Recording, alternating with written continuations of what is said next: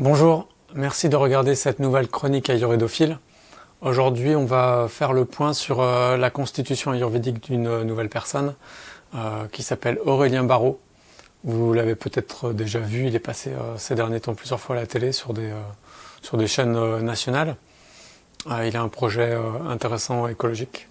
Voilà. Donc l'idée évidemment c'est pas de parler du contenu, même si moi je le trouve intéressant, mais plutôt de regarder une personne dans un contexte particulier et puis de voir si on peut en déterminer peut-être sa constitution ayurvédique, son prakriti, éventuellement vikriti, et puis comme on l'a déjà fait précédemment, de voir un peu comment on peut ressentir ces trois gunas, donc sattva, rajas, tamas. Voilà, donc après le générique, je vous laisse avec Aurélien Barraud. Merci.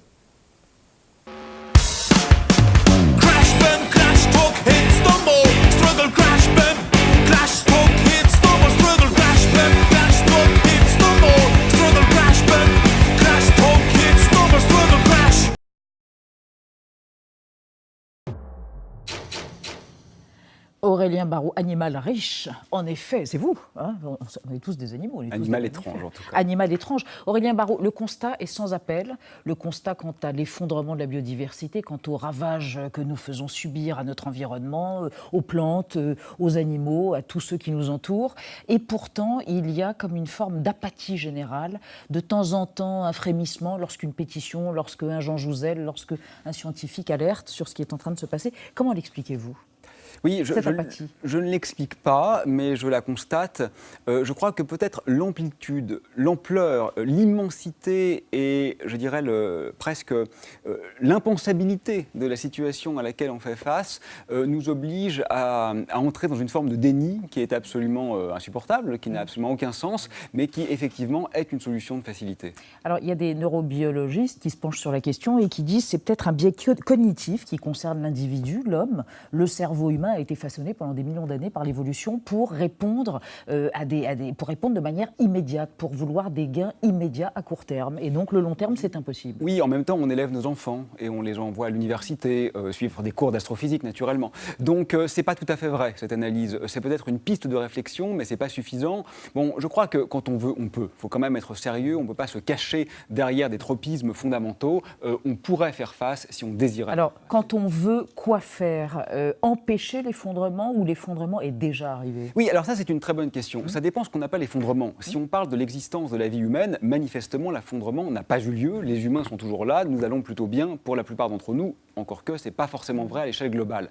Mais si on pense à la vie en général, nous sommes en plein cœur de l'effondrement. La 6e extinction massive a lieu, nous avons perdu 60% des animaux sauvages en 40 ans, c'est désastreux. Et là, nous ne sommes pas dans la projection, nous sommes dans le bilan, c'est en train de se faire, donc il n'est plus permis aujourd'hui d'en douter. La question qui se pose n'est pas de savoir si c'est réel, la question qui se pose est de savoir si nous préférons développer une 15e génération de téléphones portables ou sauver les oiseaux de nos cieux. Qu'est-ce que vous ressentez en premier ? On va essayer de revenir d'abord sur sa constitution. Ouais, physique ou énergie ? Pitta. Pourquoi tu dis Pitta ? C'est ton intuition. Non, mais ok. Ça a du sens, hein. Vraiment, qu'on ait étudié l'Ayurveda ou pas, des fois on voit les choses, c'est évident, quoi. Toi, tu vois Rajas ? Pourquoi Rajas ? Parce que dans la façon dont il s'exprime, on sent que c'est quelqu'un qui va aller, qui est actif. Thérèse, c'est tout à fait juste ton point de vue. Ouais. C'est plus Raja dans ce cas-là Ouais, énormément. Mais pas au point, a priori, pas un déséquilibre. C'est là où c'est encore plus subtil et ambigu que les doshas. Un dosha, soit ta pitta dominant est en pleine santé, soit tu as des problèmes de santé, et ça veut dire que tu as un déséquilibre pitta. Pour les gunas, c'est pas vraiment la même chose. Ça ressemble, mais c'est pas la même chose. Et lui, il a manifestement, alors pitta, on est tous d'accord, hein.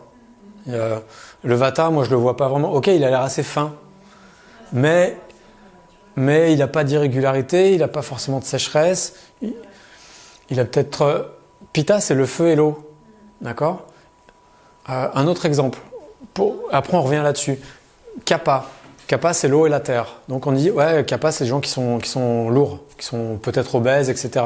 Un déséquilibre de Kapha, ça peut être probablement l'obésité ou la prise de poids. Mais il y a une différence. si c'est un excès de terre ou un excès d'eau. D'accord? Et ça ne va pas donner les mêmes... Moi, quand je masse des hommes kappa, il y a beaucoup plus de masse de terre. Et quand je masse des femmes kappa, il y a beaucoup plus d'eau, c'est beaucoup plus mou. Et dans le tempérament, ça se ressent aussi. Pour kappa, ça vous parle. Des gens qui sont vraiment dans le muscle ou hyper massifs comme ça. Et des gens, et souvent, hommes-femmes, ça fait une différence. Les femmes, il y a plus d'énergie eau, l'énergie beaucoup plus féminine, et la terre, c'est moins féminin. D'accord? Et je vous explique ça, c'était pour m'écarter, pour mieux revenir à lui, que Pitta, c'est l'eau et le feu. D'accord? Et il y a des Pitta qui ont vraiment ce côté huileux, onctueux. D'accord? Du fait de Pitta. Mais lui, il a moins, il a plus le côté feu. D'accord? Et comme on le voit en stage, le feu chez Pitta, le feu, ça donne quoi? Ça donne de la chaleur et de la lumière. Vous êtes d'accord?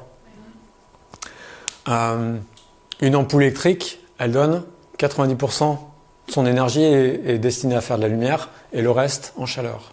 Un four, c'est l'inverse, il n'y a presque pas de lumière, ou alors il y a peut-être des infrarouges qu'on ne voit pas, mais 99% c'est pour faire de la chaleur.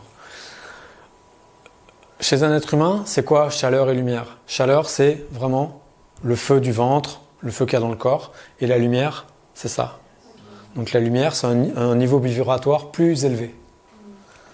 Donc quand on a trop de feu, on peut transformer ce feu en lumière et gagner en clarté. C'est pour ça qu'on dit très simplement que les Pittas sont des gens plus intelligents. Quand on dit c'est brillant, du coup, c'est... Voilà, c'est brillant, c'est ça. Et les Pittas, ils sont plus intelligents pour comprendre les choses, pour maîtriser les choses. Parce qu'ils ont naturellement, s'ils n'ont pas trop de chaleur, s'ils n'ont pas trop le côté un peu plus bas en vibration du feu, qui va les brûler, leur brûler, s'ils ont vraiment de la lumière, et c'est Sattva qui provoque ça, hein, ils vont avoir vraiment de l'intelligence et de la maîtrise de choses. D'accord? N'empêche qu'une émotion de Rajas, elle ne vient pas à l'encontre de la lumière, forcément. Tamas, oui, mais Rajas, pas forcément. Et lui, il est profondément dans une énergie Rajas, mais pas de destruction. Je ne suis pas en train de juger sa cause. Parce qu'il dit l'écologie, c'est pour sauver le monde, mais il y en a qui pourraient dire le terrorisme, c'est pour sauver le monde. Mais ça sera la même énergie, je ne suis pas en train de juger les actes. D'accord? C'est hyper important de comprendre ça et c'est difficile de comprendre ça. Et ouais. Parce que nous, si on est écolo, on va dire c'est super ce qu'il dit, il est dans Sattva. Non, non, non, non, non, rien à voir. Sattva, c'est quelqu'un qui n'est pas militant. Un militant, il est forcément dans Rajas. Parce qu'il ne veut pas comprendre ceux qui ne pensent pas comme lui. Il n'est pas en train de dire moi j'aime les gens qui polluent. Il est en train de dire eux, je me bats contre eux. Il est en guerre quand même. Et sous prétexte que c'est l'écologie, qu'il a des arguments, on va mieux accepter sa guerre, mais c'est un jugement de notre part. Mais si on est vraiment strictement dans une logique ayurvédique, on ne va pas dire c'est bien, c'est pas bien. On ne va pas dire il est mieux que Trump. D'accord? Et il ressemble à Trump dans le sens où Trump, il est aussi dans Rajas. D'accord? Bon, il est beaucoup dans Tamas, Trump. Il y a énormément de Tamas. Mais lui, il n'est pas dans la manipulation. Il a quand même une honnêteté intellectuelle. Qu'il ait raison ou qu'il se trompe, en tout cas, il est sincère. Donc ça, c'est quand même une forme de... Je ne vais pas tout à fait dire sattva, quoique, mais il y a un rajas qui est plutôt vers le haut. D'accord? Entre les gunas, il y a quand même des passerelles et c'est une graduation entre tout ça. D'accord? Beaucoup de lumière, ça fait quand même un peu de chaleur, donc c'est un peu rajas, mais ça crée quand même la clarté. On est bien d'accord avec ça. Opposé à obscurité, la destruction, comme Trump. Et ça, c'est intéressant. Il vient, il sait pourquoi il vient. Il connaît par cœur ses trucs, il a 10 000 réponses toutes faites à 10 000 questions qu'on peut lui poser. D'accord? Il est surentraîné. Ouais, il parle vite, ouais. Mais c'est Tikhna, c'est pas Vata. C'est Tikhna, c'est allez, tiens, tu vas voir. Et c'est hyper tranchant. Voilà, sa main elle est comme ça. Ouais. C'est rythmé quoi, aussi. Ouais, c'est rythmé, ouais, il serait perdu dans ses arguments. Là, il est hyper clair dans ses arguments. Et là, il est vénère, hein. Ouais, il la camoufle un peu, mais non, parce qu'il accueille sa colère. Non, il fait pas semblant d'être en paix. Il n'y a pas de mensonge, il est hyper clair.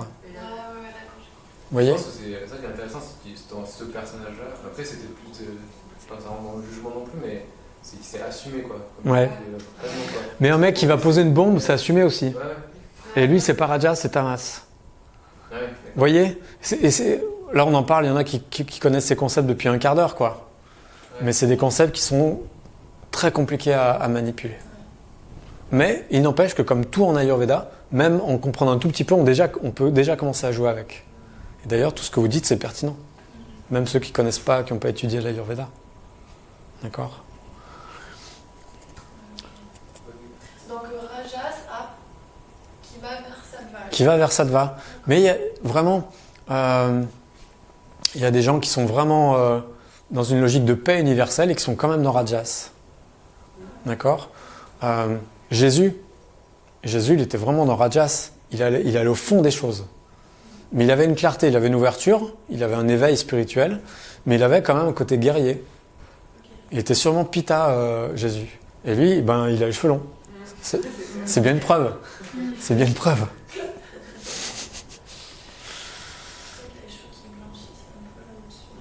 Ça, c'est la lumière. Ouais, il y a peut-être la lumière. Mais il est hyper angulaire. Il a un regard, ok, il a des yeux marrons, mais il a un regard... Ah oui, il a quand Ouais. même des yeux assez gros, mais c'est le regard qui est. Ouais, mais tu vois, chez les Pitta, il y a deux formes pour les yeux. Il y a les yeux très perçants et des yeux un peu comme des yeux de biche. Et on voit plus souvent chez les femmes, et lui, c'est un peu l'exception. C'est pas tout à fait, il y a des femmes qui l'ont encore plus que ça. Mais il a un penchant peut-être aussi féminin. Un peu féminin. Ouais. en général. Il a de l'énergie féminine. Il a déjà l'énergie féminine, effectivement. Dans sa façon de fils, Ouais. dans sa façon d'être. Il a vraiment une énergie féminine qui vient pas du tout de Kappa. Ouais. Elle vient d'autre chose, c'est plus subtil. Là, on n'est pas dans les doshas. Il fait très androgyne, je vois. Ouais, ouais, ouais. Voilà, on peut tout faire avec l'Ayurveda.